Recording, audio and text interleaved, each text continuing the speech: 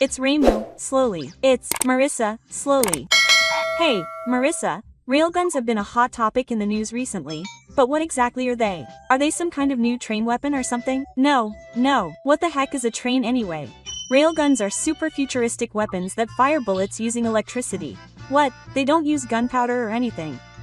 Wasn't that just an anime? It used to be like that, but now Japan has finally made it a reality. Wow, I never thought Japan would develop such a sci-fi weapon. They've even succeeded in long-range shooting from the sea, and it's garnering attention from overseas. Wait, isn't that something incredibly amazing? It's not just amazing, it's so amazing that it can change the way we fight. Oh man, I had no idea. So today, please explain all about railguns in a way that even beginners can understand. Leave it to me, Marissa. I'll tell you all about the romance of electricity and the reality of military affairs. Well then, take your time and enjoy. Okay, let's start by explaining what a railgun is. Railgun sounds like a cool name, but what is it? In a nutshell, it's an electromagnetic method that fires bullets without using gunpowder. No gunpowder? And that's how bullets fly? That sounds unbelievable. It's true. When you sandwich a bullet between two rails and run an ultra-high voltage current through it, the bullet accelerates incredibly fast due to an electromagnetic force called the Loretz force. Lauren, how fast can it go? I have no idea. Depending on the situation, it can fly at supersonic speeds of around Mach 6. That's a speed that far exceeds that of conventional gunpowder methods. If it flies at that speed, wouldn't it be impossible to intercept it? That's why it's super excellent as both an interception and an offensive weapon. Huh? It can be used for both? It's a cheap weapon, right? And it's not just a dream. Development is actually progressing in Japan, and this year, it was finally successfully tested and launched from a venue, which became a hot topic. Sold from the sea? Where did they do it? It's reported that it was fired from a tester with the cooperation of the self-defense forces in the spring of 2025. The images that were released were from the official Defense Equipment website and Instagram. They're properly posting on SNS. So, how did it go? The result was that it was fired at a target that was extremely far away and hit it.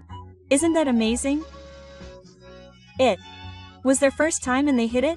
That's right. This is quite a breakthrough in Japanese military technology. The US once gave up on developing railguns, but Japan continued its research on its own and finally achieved results. Japan has mastered the technology that the US gave up on. Oh, and at this point, Japan is the only country that has actually tested a railgun and successfully hit its target. That's why military media around the world are paying attention. Does that mean that Japan could become a major player in the military field? Of course. Railguns are said to be a game changer. They have the potential to fundamentally change the way we fight. Is the game changer really that great? It has a fast firing speed, a long range, and is very safe because it doesn't use gunpowder. What's more, the bullets are small and difficult to detect on radar, so there's even a point of departure. Huh? What's that? Isn't it perfect? There are still some issues, but it could be a key weapon for the self-defense forces of the future. It has that much potential. Now, let's talk about the actual firing test that was conducted. Yeah, it's exciting because it feels like the real thing. The test was conducted in collaboration between Defense Equipment and the self-defense forces. The test was conducted on a specially designed test ship. The test ship wasn't a regular warship. Oh, it was a 6,200-ton ship that had been modified specifically for railguns. The railgun was installed on it and it was actually fired from the ship. Where did it fire at in the ocean?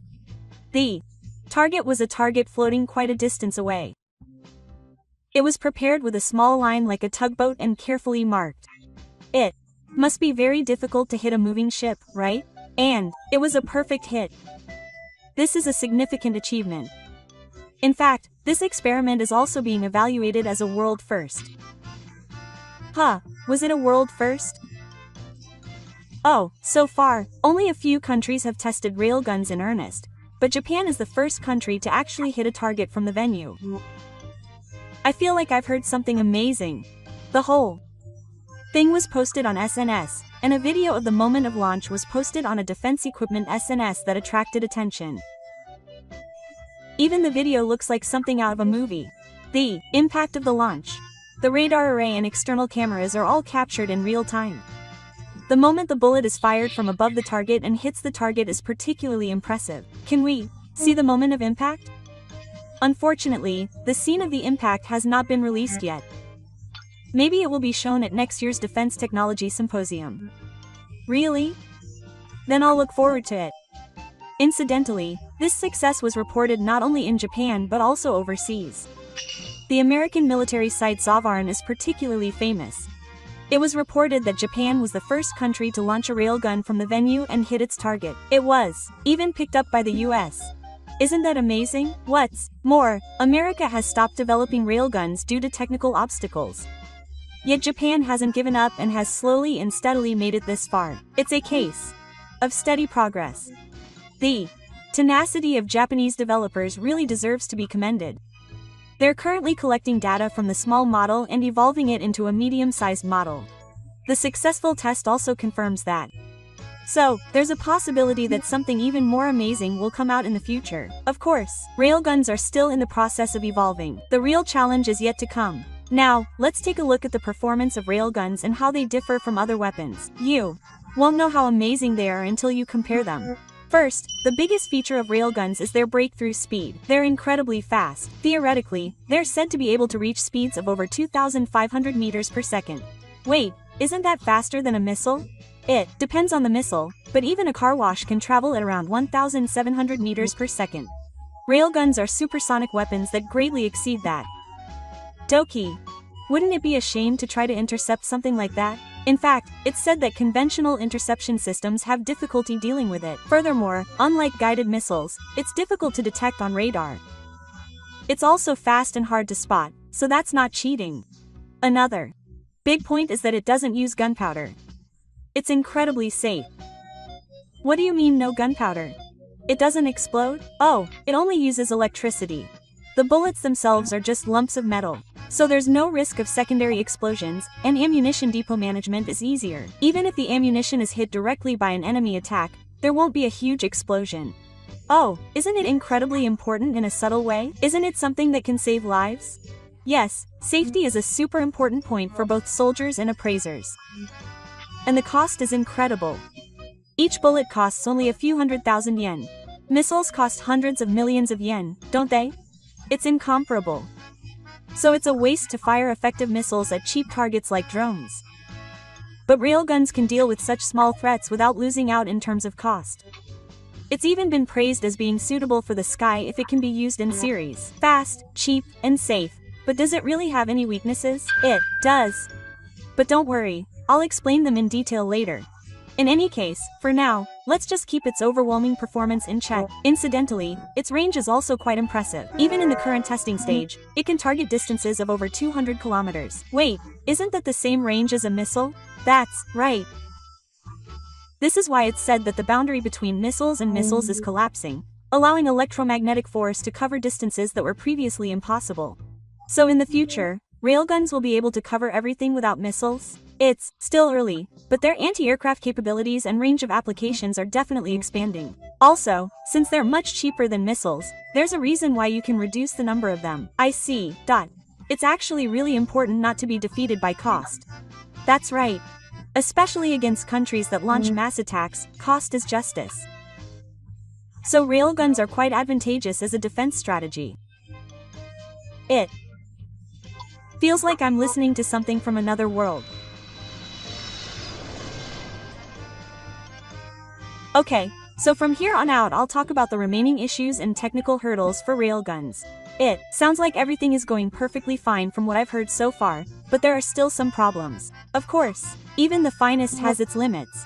Railguns are no exception. The first is the demon of the policy. In other words, the deterioration of the rails. Does that mean the more you fire them, the more they'll be worn down? Yes, the rails will gradually be worn down by the powerful electric current and frictional heat. In actual tests, the bullet speed was confirmed to decrease with continuous firing. Isn't the decrease in cutting speed a problem? It seems like it would affect accuracy. That's right. But we've already secured durability that allows us to fire over 120 rounds. We're currently working on improving the performance of the bullets by improving the materials and design. If this is completely solved, continuous firing performance will become much more realistic. So does that mean it's difficult to fire dozens of rounds in a row now? That's right, rapid firing puts more strain on the rails, which can easily reduce their performance. So cooling the rails and strengthening the materials will be the key going forward. Since we're using electricity, the power source will also likely be very important. That's exactly right. The second challenge is the power supply system. To fire a railgun, a long burst of electricity needs to be delivered in an instant. To make that possible, you need an incredibly high-performance capacitor. And if it's not miniaturized, it won't fit in a vehicle or a test vehicle. So the balance between size and power is also important. That's right. Another challenge is rapid charging capability. Can you fire another one right after a previous one? If the charging time is too long, you won't be able to fire in a chain. It's a bit disappointing if you can fire one shot and that's it. That's why next-generation power storage and power electronics are being researched. The performance of reactionary switches and capacitors will determine the future of railguns. Another challenge is whether it's compact. It's meaningless if it's not compact. For example, it needs to be lighter so that upper units can use it. I see. It's still experimental and too big for now. That's right. At the moment, it's only at a level where it can be mounted on large vehicles. The goal for the future is to fit it into medium-sized vehicles, and even vehicles and drones. Then there are the issues of recoil during firing and heat treatment, but research is currently underway on these. In particular, cooling is important because the amount of heat generated with each shot is enormous. Isn't there some way to rapidly cool it? Oh, that's astute. Research is actually progressing in that direction. Apparently, they're trying to reduce power loss and suppress heat generation by using superelectric materials. However, that also brings with it issues of cost and maintainability, so it's not easy. But tackling these small issues one by one is what technology is all about. I see. So they're trying to solve the problems little by little. They're doing repeated tests in the field and gradually improving it, so you can expect great things. There are many challenges, but conversely, if they can all be overcome, it will be the strongest. That's right. That's why the application of private sector technology is also progressing right now. It seems that high-performance batteries and AI-controlled power distribution technology are also being utilized. They're working with private companies to quickly overcome the challenges. I'm getting a little excited by the integration of technology. Of course, the challenges aren't easy, but the clues to solving them are definitely coming into view. Okay. I'm excited for what's to come. Now, let's see how much of an impact railguns will have on a tactical level. Tactics means changing the way we fight on the front lines. Yeah, railguns are literally rewriting the rules of the field. The biggest thing is that they're effective against high-speed targets. Missiles and guided missiles that fly at a frequency of 5 or higher have been difficult to deal with previous interception systems. They're too fast to react in time? That's right, the reaction time is too short, and they hit before they can be shot down. But railguns have the potential to intercept them at speeds equal to or faster than that. Well, that means that defensive options will expand dramatically. That includes tactics that are strong against attacks that overwhelm with numbers, such as drones and rockets, to try to break through defenses. That's the type of tactic being used in the current war in Ukraine. Yeah, that's right. If you were to deal with this type of attack with missiles, you'd run out of ammo very quickly. But railgun ammo is cheap. No matter what you release, you'll maintain a cost advantage. This means a reversal of the cost versus cost battle. I see. So it means that even if you're outnumbered, you won't be defeated. That's right. Furthermore, railguns are good at long-range shooting. Even with current technology, a range of over 200 kilometers is expected. If they can fly this far, they'll completely surpass the boundaries of conventional weapons. They can also perform precise attacks on targets, and their accuracy has improved. In other words, they can target and hit enemies far away. Yes, they can now repeatedly attack targets that would normally require missiles more cheaply and quickly. For example, they'll be a great asset in frontline defense and coastal fire support. Furthermore, their break-off time is so fast that it's difficult for the enemy to evade them. The projectiles are small and come straight at you. There's nothing you can do. There's no way to hide. In other words, if you get hit, you'll be in a situation where it's almost over. They're a threat to the attacking side, and a deterrent to the defending side. These characteristics have the potential to fundamentally change tactics. Until now, railguns were inferior to missiles in terms of range and speed. However, railguns have completely closed that gap. Wow, the more I hear about it, the more amazing it sounds. If the performance of the railgun is further improved, it will become a weapon that can win by numbers. The time may come when this one weapon can deal with both overwhelming numbers and high-performance threats. Wow, if it really is introduced, the battlefield landscape will change. It's no longer just weapons or missiles, it's a third category. Depending on how it's used, it could redefine not only tactics but also operations themselves. I just heard something amazing. Strategy will also change drastically. If tactics change, strategy naturally changes too. That's right, railguns have the potential to revolutionize Japan's A2AD capabilities. A2AD is another word I don't really understand. What does that mean? A2AD is a strategy for preventing enemy invasions from a long distance, with the role of anti-access and area denial. In other words, it's about striking the enemy before they get close. And this is becoming a reality over a wide area, thanks to the range configuration of railguns. That means that simply deploying railguns in Japan could potentially deliver firepower to parts of the Taiwan Strait and the Korean Peninsula. That means we can cover the entire surrounding area while staying on Japanese soil. Amazing! That alone would put a lot of pressure on other countries. In reality, it would be quite inconvenient for countries like China and North Korea. That's because the high-value artillery shells are flying at high speed, making them difficult to intercept or evade. Their strategy of missile superiority would collapse. North Korea in particular relies on ballistic missile intimidation. If Japan can intercept with railguns, they'll probably be calculating. Does that mean Japan will be able to fight back? And it's incredibly effective as a deterrent, being cheap, fast, and able to overwhelm enemies with cost and speed from a distance.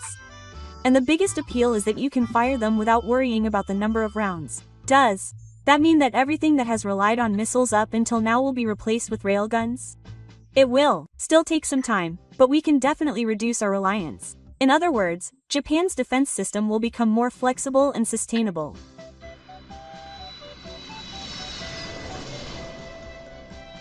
It will also change the way we control the sea and air. For example, if we deploy multiple railgun-equipped ships in a row, enemy fleets will be unable to get close to any part of the sea. It will also be possible to intercept air targets at high speed. Not only will Japan's seas become safer, but the surrounding skies and seas will also be in Japan's hands. That's exactly the perfect form of A2AD. Furthermore, if Japan can take the lead in building this capability, it will have greater influence over its allies and deepen cooperation with the United States. There is also a possibility that the US Navy will equip the Japanese railgun as a form of technology coercion. That's great! Japan does not yet belong to any military bloc, but there is a good chance that it will contribute to international security with its own technology. And the first step in that direction is the successful development of the railgun. It's amazing how a single move can affect diplomacy and the international balance. Strategy will change dramatically, so the impact will be huge. Hearing this much, it seems like Japan's position will change drastically. That's right, once the railgun is completed, Japan will definitely take a step forward in terms of military technology. Of particular note is the change in the nature of the Japan-US alliance. The US is a country that once gave up on developing a railgun. Yeah, it seems like things are moving in a very good direction. That's right, if Japan acquires the technology, it's only natural that they will pay attention to it again. What's more, this test has been widely reported in the American military media for generations. It's strange that Japan is leading the way in technology and providing it to the United States. But now it's becoming a reality. They say that technology can be used as a diplomatic card. That's exactly right. It's likely that the railgun will be provided without any problems, but it's also possible that the United States will provide it as a black box. In other words, it will be impossible for Japan to touch it without permission. Taking the lead in technology is a huge deal. That's right, up until now, Japan has been on the buying side, but from now on it can be on the providing side. That means it will greatly increase its influence in the international community. That's great! Japan is becoming quite capable. Another important thing is to put pressure on China and North Korea. China in particular is a country that has placed importance on the anti-access strategy, known as A2AB. It uses large numbers of missiles and long-range missiles to prevent the US fleet from approaching. But if railguns are deployed in both Japan and the United States, that strategy will collapse in an instant. If it's cheaper, faster, and unavoidable than missiles, won't China get nervous? That's exactly right, because the cost calculations will collapse. For example, if China sells 100 missiles, but Japan can shoot back hundreds of railguns at a bargain price, it'll be a disaster. That's right. Japan will win in terms of both numbers and prices. Intellectually speaking, this is the worst case of a balance of power. It will also change Japan's stance on defense cooperation with neighboring countries such as Taiwan, South Korea, and the Philippines. If Japan has a railgun, that alone will be enough to act as a shield. That means it will become a more reliable presence than ever before. Oh, there's a possibility that talk of technology training will actually come up. Of course, careful judgment is needed. It's a safe technology. But the environment around Japan is such that conflict could break out at any time. I see. It wouldn't be surprising if we got dragged into it. Oh, one option is to gradually transfer the technology to a trusted partner. If that works as a deterrent, it may be possible to defend ourselves without fighting. A weapon to avoid fighting sounds cool. Ultimately, that's what we should aim for. The essence of peace is to have it so that you don't use it. Japan's development of a railgun is a big step towards realizing that. Perhaps the era in which we protect peace through technology is finally coming.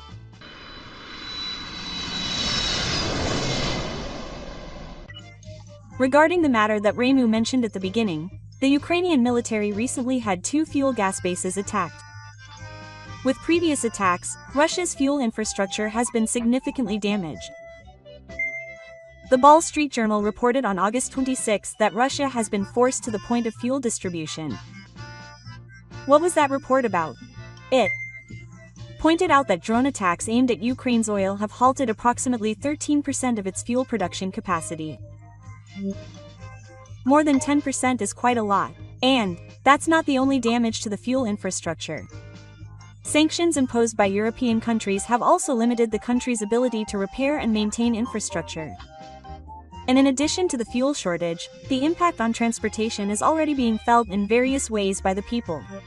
With railways and airports also being attacked by drones multiple times, public transportation has been unavailable even during the summer holidays, forcing people to travel by car. It's gotten to the point where it's affecting daily life quite a bit. The situation has been made worse by the increased demand for fuel due to the influx of harvesters. Distribution at gas stations has already been introduced in some regions, including Siberia and Crimea. Distribution at stations means that there is a possibility that the amount you want will not change when you want it. By the way, isn't Russia doing anything to address the fuel plants that have been attacked? If fuel capacity is reduced in many places, won't domestic fuel prices continue to rise?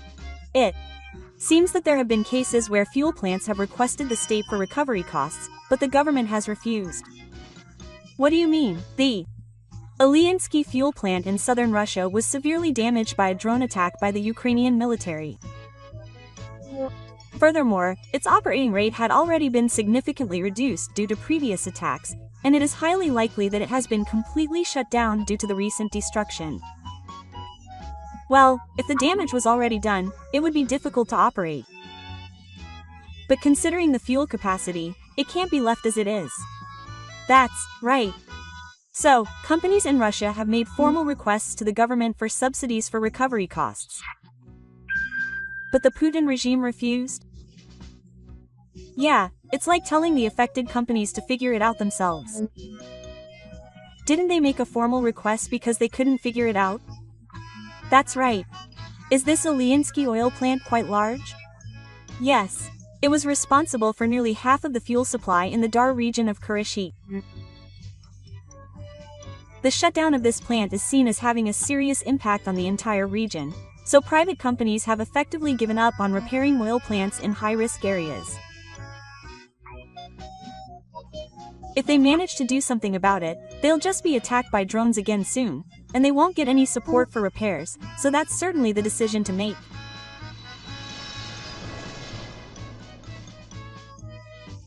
And because of this situation, the fuel shortage has spread to mainland Russia. The first areas to be affected were the Russian-occupied Luhansk, Donetsk Oblast, and Crimea. And in Lost, Russia, gasoline from number 90 and number 92 tanks is starting to run out, and there are reports that supplies have completely stopped in Dagong. A complete supply stop isn't exactly a crisis.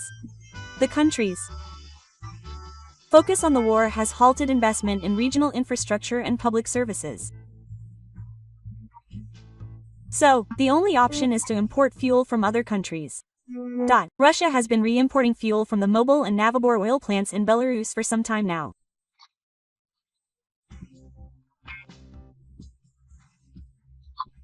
These large plants are quite large, and a large portion of their exports go to Russia. So that's how it was. Ukraine must have been well aware of this.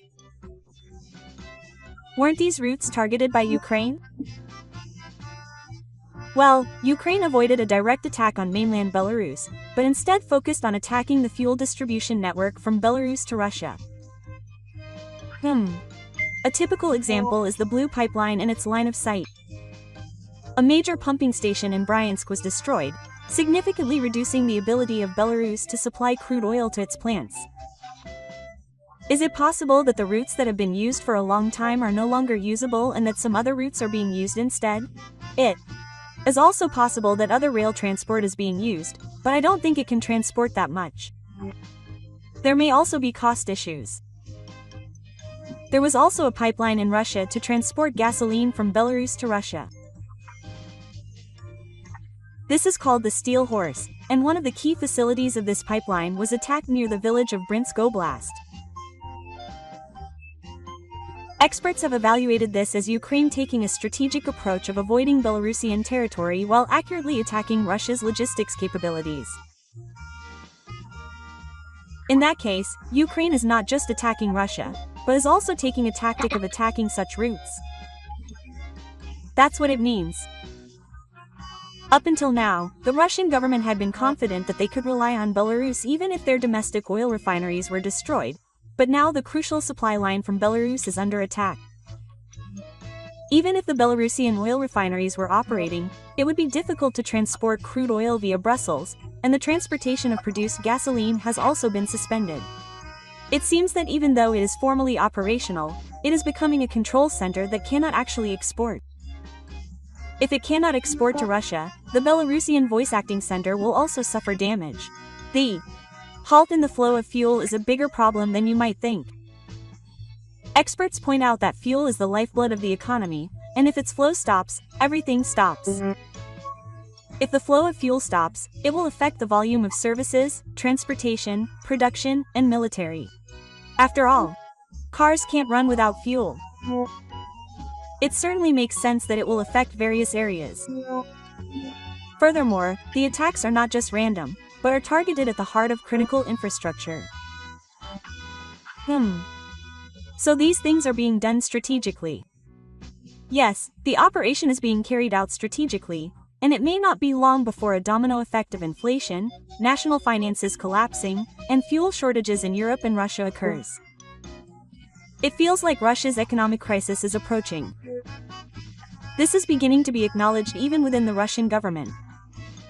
German Gref, the governor of Esperbank, has stated that the country has entered a technical recession. What is a technical recession? It refers to a situation in which real GDP has experienced negative growth for 2 consecutive semesters.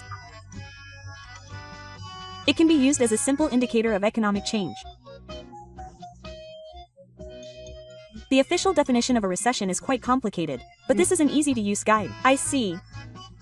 And the fact that Russia has entered a technical recession means that things are clearly not going well for it. Oh, and on top of that, Alexander Sheev, the CEO of major company Severstal, has warned that Russia is facing a crisis on par with the 1990s.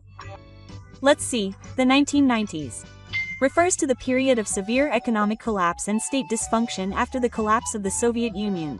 And being on par with the 1990s is pretty serious.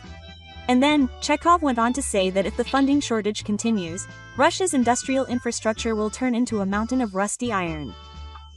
This was an official statement made at the State Duma, addressed to the country's top leaders.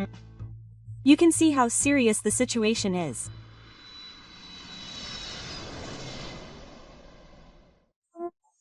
By the way, the Russian economy has been said to be in a bad state ever since the Ukrainian invasion began, but somehow it has managed to hold on until now. So why is it suddenly collapsing now? It seems that the problem lies with the policies implemented by President Putin.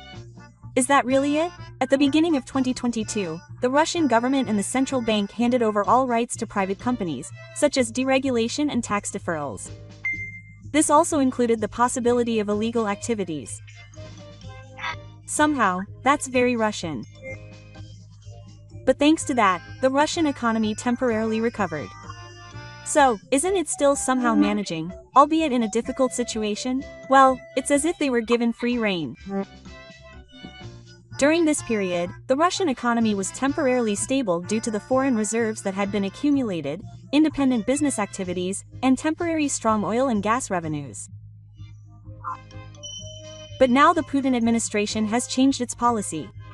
The Russian economy was finally doing well. Oh, so they are returning to the previous policy of a controlled economy. What exactly did they do? They ordered investments and instructed teachers to devote their time to education. They also confiscated assets without just cause. What? Confiscating assets without just cause? This brought the Russian business community to a standstill. The Russian economy had been temporarily stable due to the previous policy, but now it has changed. No one wants to invest in projects. There's no way the economy will improve in such an atmosphere. The government's approach to covering the budget deficit was also far from normal. The government even issued bonds at a very low interest rate of 15 to 17% using people's bank deposits as assets. But they can't keep doing that forever. Oh, they end up having to take out more debt to pay the interest. And so the debt just keeps getting heavier. And this has actually happened before. This is the same pattern as when Russia went bankrupt in 1998. They borrowed money at high interest rates and paid it back with more debt. Even ordinary people would be overwhelmed by such a thing, so I don't think it would work if it was done on a national scale. What's more, the country is using up the citizens' savings. This is a huge burden for the citizens as well. But doesn't President Putin know that this won't solve the problem fundamentally? Some analysts say that he knows this but is still doing it anyway. It seems that the basis for this is the optimistic view that Russia is about to be targeted in the war in Ukraine. What, in this situation, they would do something like that. And then after winning the war, they would be able to lift the sanctions and recover frozen assets overseas. There are $300 billion in frozen assets. Well, that's probably enough, but that's the basic premise. If they continue to proceed with this kind of thinking, I feel like their calculations will go awry not only in the economy but also in various other areas. That's all for the explanation. Was it easy to understand? So, if you enjoyed this video, please subscribe to the channel. Thank you for watching. Come back and relax again.